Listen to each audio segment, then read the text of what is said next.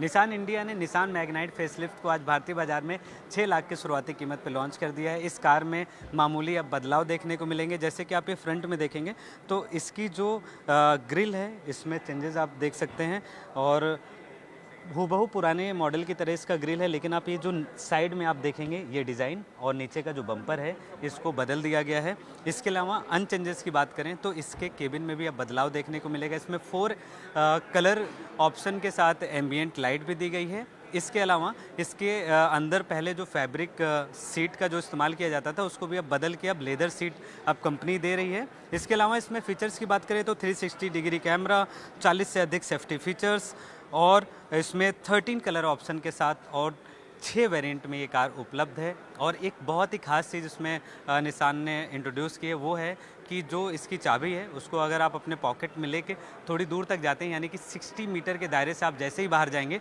तो ये कार अपने आप लॉक हो जाएगी और जैसे ही आप 60 मीटर दायरे में की लेकर आते हैं तो ये कार ऑटोमेटिक अनलॉक हो जाएगी। और बहुत ही ये ख़ास फीचर है और इसकी जो बुकिंग है वो कंपनी ने ऑलरेडी शुरू कर दी है और डिलीवरी भी इस कार की इस समय शुरू हो गई है।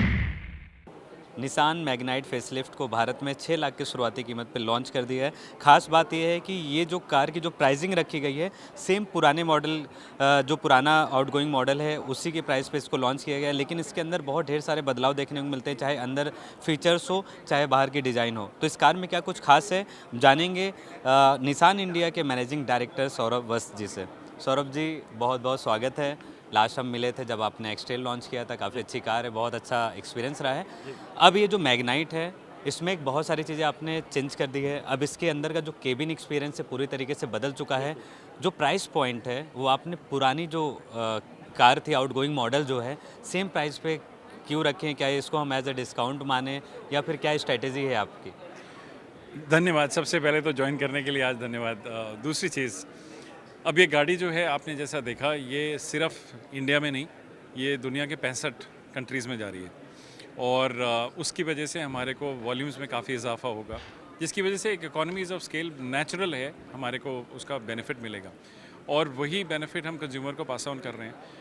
और अगर आप टेक्नोलॉजीज़ पॉइंट ऑफ व्यू से देखें तो इस वक्त इस गाड़ी में जो टेक्नोलॉजीज़ हमने आपको बताया सेगमेंट में के 20 पहले फीचर्स जो हैं वो इस गाड़ी में आ रहे हैं।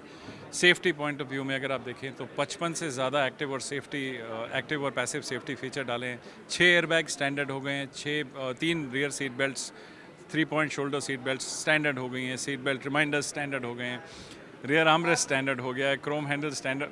लॉट ऑफ कंटेंट जो इस गाड़ी में था वो हमने स्टैंडर्ड कर दिया है। ऑब्वियसली जो हमारी इस वक्त की स्ट्रैटेजी है उसके हिसाब से हमारे को जो इकोनॉमीज़ ऑफ स्केल का फ़ायदा मिल रहा है वो कंज्यूमर तक पहुंच रहा है। और अगर आपको ध्यान हो 4 साल पहले इस गाड़ी ने BSUV को डेमोक्रेटाइज़ किया था, आज भी ये दोबारा वही कर रही है। मैग्नाइट एक्सपोर्ट के लिए जाने जाते हैं। निसान की आपकी ऐसी कार है जो ग्लोबली 60-65 कंट्री में ये एक्सपोर्ट होने वाली है।